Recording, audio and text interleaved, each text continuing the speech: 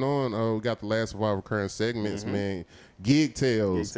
Let's Good, go. bad, ugly, indifferent. What's that one gig experience that you had that you can talk about? I'm gonna tell you about that I can talk about. I like how you slid that. Man, I gotta tell that taught me about taking care of my business. Okay. The right way. So not too long after I graduated, still living in Houston, that area at the time. And we'll call this brother Martin, because he said we'll call him Martin. So I put this band together. He wants me to MD this band. He's got this project that's coming out. He's gonna do this live show to kind of debut his album, all that other stuff. So he sends me his What music. was his album? Oh, he's R&B. This is R&B artist. What was his album? What was it? Yeah, what's the album? Don't fall for it. Oh, I couldn't even tell you. Oh, okay. You'll find out why. He was trying to figure out who you talking about. No. I thought I was gonna get him. Nah, this not anybody. I don't think it's not anybody you would know.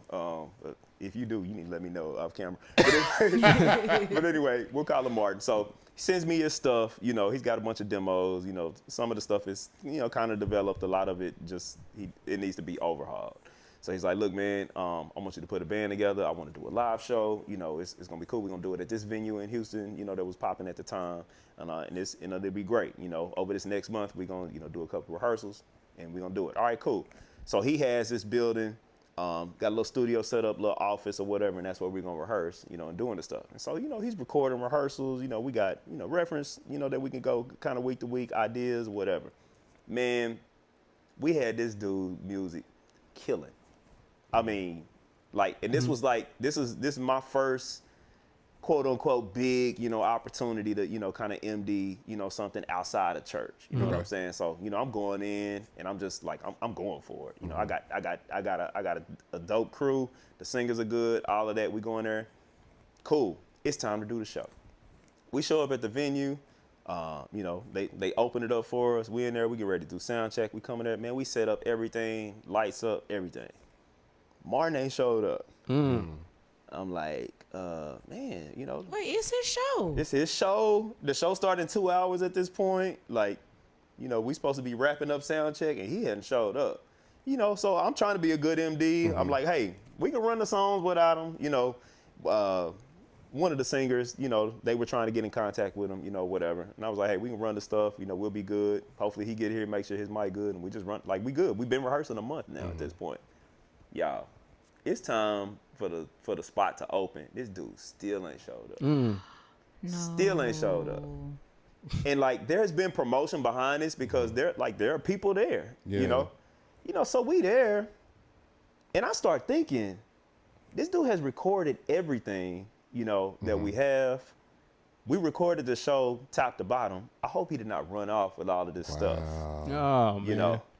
Man, we didn't get paid a single dime. No from way. That. And this dude, Martin, he's somewhere. He's got a full recording. He's got a full live version of this album that he was going to put out. I'm talking with some of Houston's best musicians and singers at the time.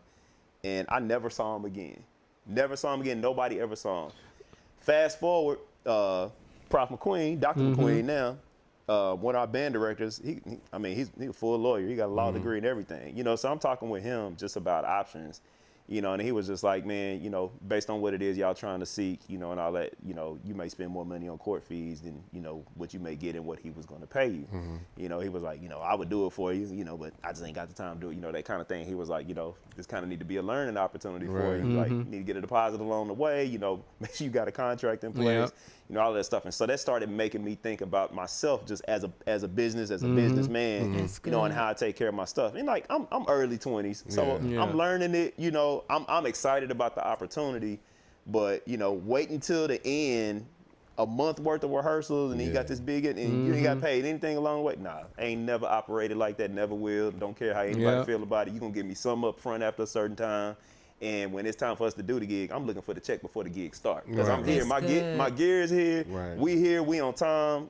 You already know the product that we're gonna produce because you've been rehearsing with us all this time. This the only way it's gonna go. And if you don't like that, there are other bands that you can use. And I don't need it anyway, at that point. So That's my gig too. That's great. So not only did he screw y'all, like the venue too, because because the venue was expecting. Yeah. He had a personal relationship, with the business owner. Now the question is, did they have?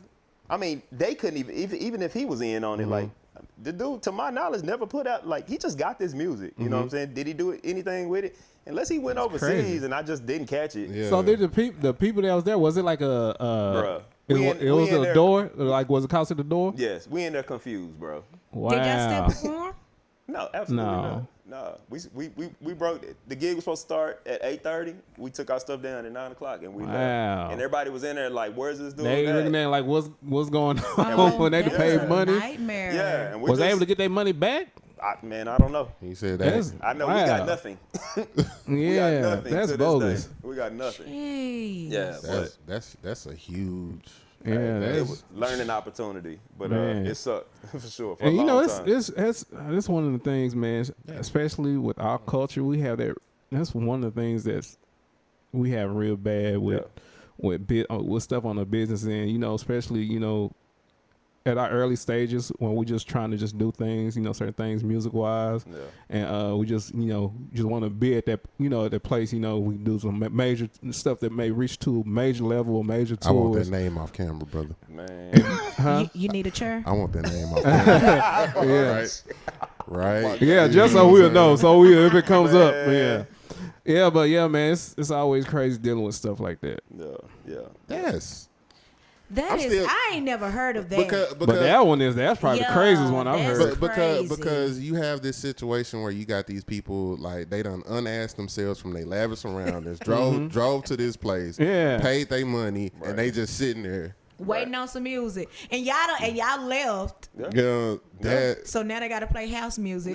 It wasn't nothing else for us to do at that point. Like I said, he just never showed up. And then like even in hindsight, like looking at it again, like so this office building that he had, like one room had like the stuff for recording. He had the mics and all of that, but it wasn't a lot of stuff in the office. You know what I'm saying? I got you. And so, whether he was actually sound like he was a scammer. So look, he got us. So far as recording, what was it? He was actually using software like this could go on the record. He had Pro Tools, yeah. Oh wow. Yeah. Like, and that was the thing. Like he had, like he was the engineer. While we were doing this. Oh man, so he had all the stems and all that. He took all of it. He had everything. That dude had a whole game plan. He had 4 different sessions. Did you ever go back to the office? Yeah, we did. He wasn't there.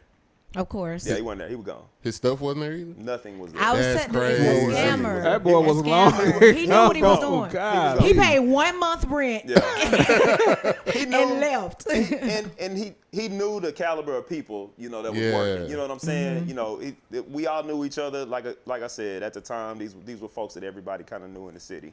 So we're coming together to do this. So this was Houston? Yeah, this was in Houston. Yeah. He go to Kimberell Church. Oh, why I gotta be? Oh man, this is gonna be one of my last questions. Okay.